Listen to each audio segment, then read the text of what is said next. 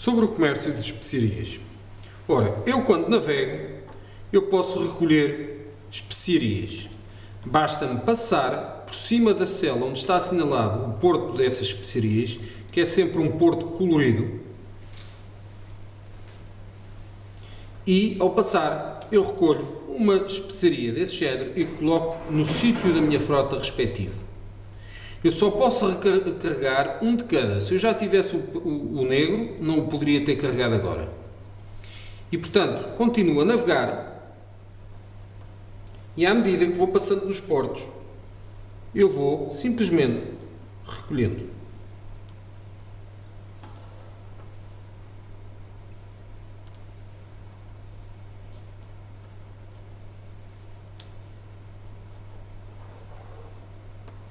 E chego a Lisboa, por exemplo, com 5 mercadorias diferentes.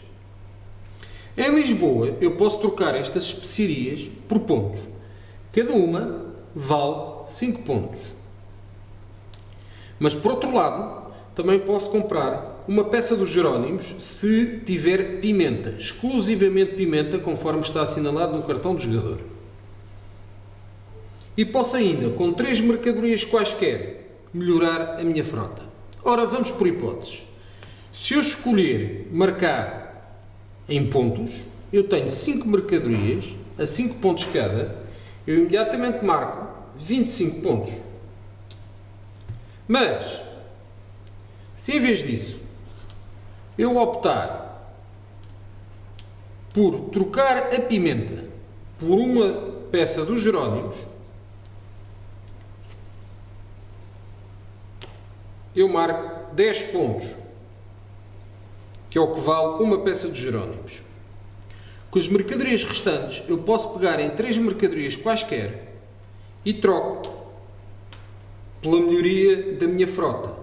Nesse caso, eu passo a ter disponível o quarto barco e passo a ter disponível mais 3 fichas de navegação. Portanto, agora tenho um total de 12. Ao ter o quarto barco, eu passo a poder carregar as especiarias amarela, noz moscada e prata, azul. E estas mercadorias valem o dobro das outras.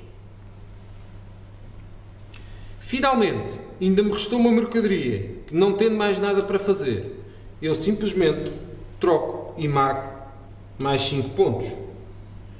Portanto, eu nesta jogada, com estas 5 mercadorias, eu melhorei a minha frota, comprei uma peça de Jerónimos e troquei uma mercadoria por pontos. E, portanto, fiz um total de 15.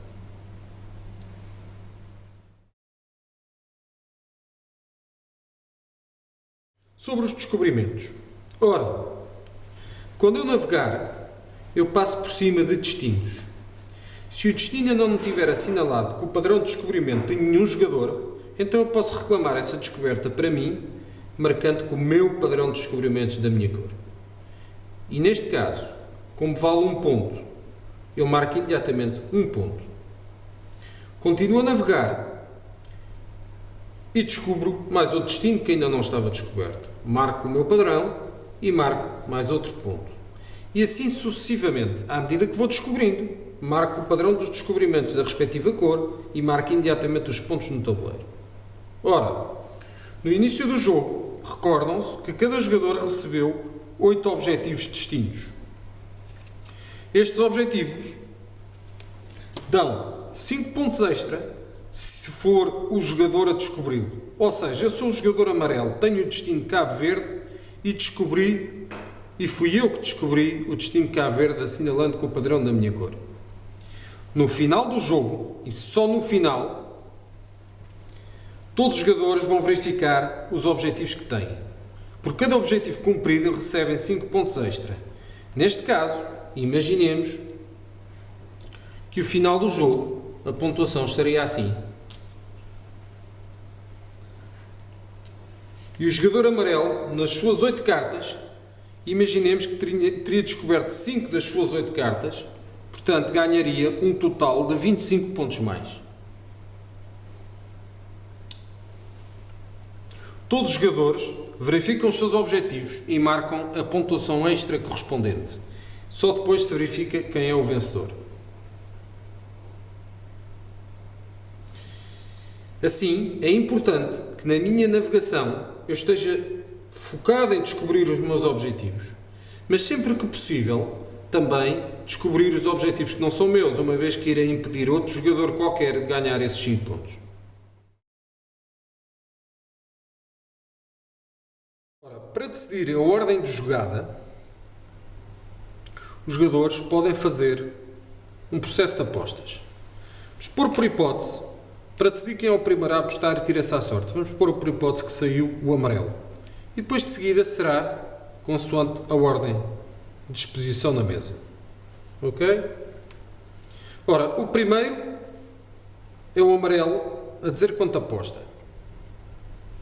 Se ele quiser apostar, ele pode apostar uma ficha ou mais, será a sua decisão.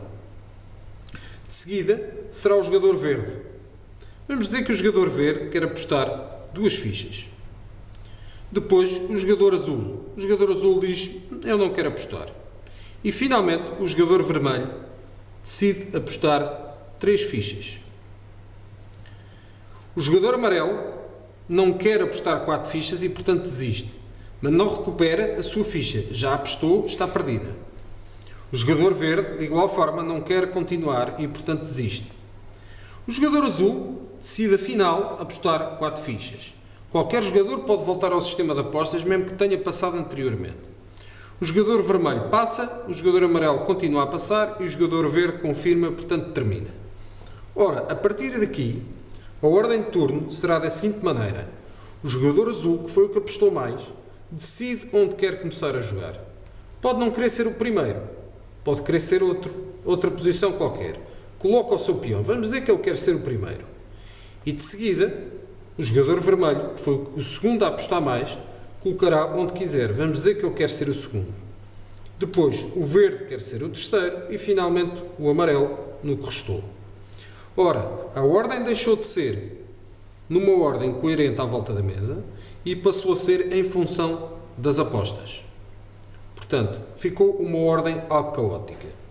Porquê é que isto é importante? Porque nos descobrimentos, o primeiro jogador a jogar no primeiro turno do jogo terá alguma vantagem porque vai descobrir todos os destinos, há muitos destinos ali à volta. Se houver outros jogadores que têm esses objetivos, podem ser penalizados, de maneira que qualquer jogador, através do sistema de apostas, pode conquistar a prioridade de jogo. A partir do momento em que a ordem de jogo está definida, vamos então, e só nesta altura, distribuir as cartas de navegação. O primeiro jogador, por ser o primeiro, é penalizado e em vez de receber 5, recebe 4 cartas. O segundo jogador recebe 5 cartas. E o terceiro jogador é um pouco beneficiado, recebe 6 cartas. E o quarto jogador recebe 7 cartas.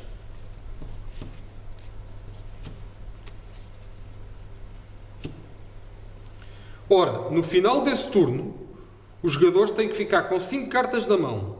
Se o jogador que recebeu 7 só usou uma, terá que devolver uma à sua escolha. Se usou 3, irá receber uma do baralho. As fichas que foram apostadas durante o processo de apostas não estão disponíveis para navegação nesse turno. O que significa que o sistema de apostas é um equilíbrio entre a necessidade de partir primeiro e os objetivos que se pretende descobrir e até quão longe é que nós queremos chegar nessa jogada.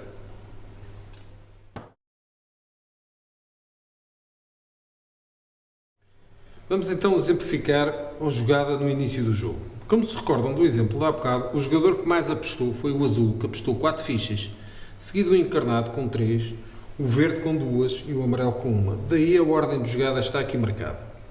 Ora, o jogador que mais apostou é o azul, recebe apenas 4 cartas de navegação, o segundo 5, o terceiro 6 e o quarto 7 cartas.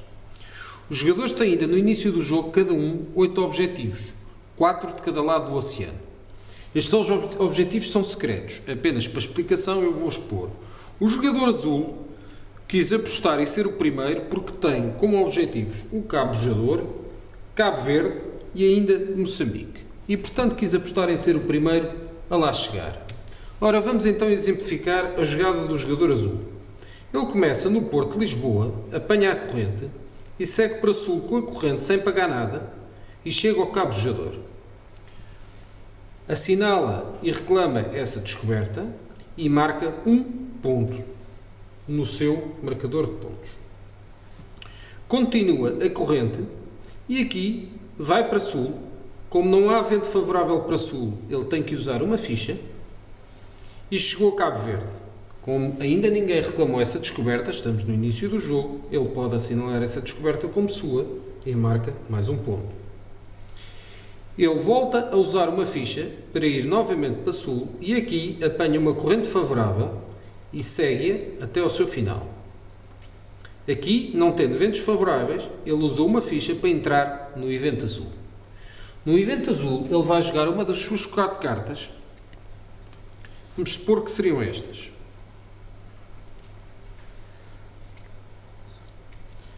Imaginemos que ele joga esta carta em que recupera 2 fichas.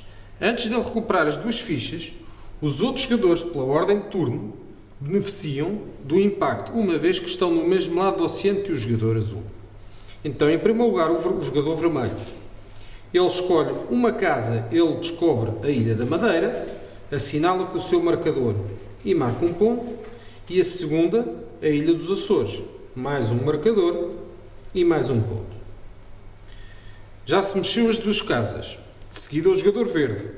O jogador verde opta por usar uma ficha, uma das casas, para ir à Ilha a Ceuta, assinala com o seu marcador e depois voltar à corrente favorável e marca um ponto. Finalmente, o jogador amarelo já não tem nenhum descobrimento para fazer aqui ao pé, pelo que opta por ir para sul. O jogador azul continua a jogar. Não tendo ventos favoráveis, recupera as 2 fichas da carta. Agora ele quer ir para sul e usa uma ficha para chegar a Porto Seguro. Reclama esta descoberta e marca mais um ponto. Aqui, sendo um porto de mercadorias, ele carrega a mercadoria respectiva, neste caso para o Brasil, porque ainda não havia carregado. Como ainda tem fichas, pode continuar a jogar.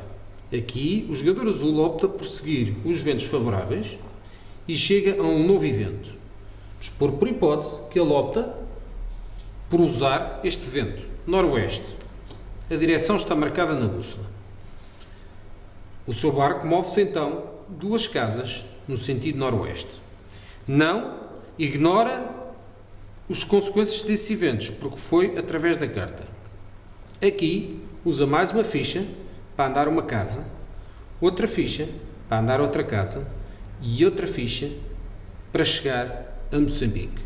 Em Moçambique, ele reclama essa descoberta, já vale 2 pontos, 1, 2, e carrega a mercadoria respectiva.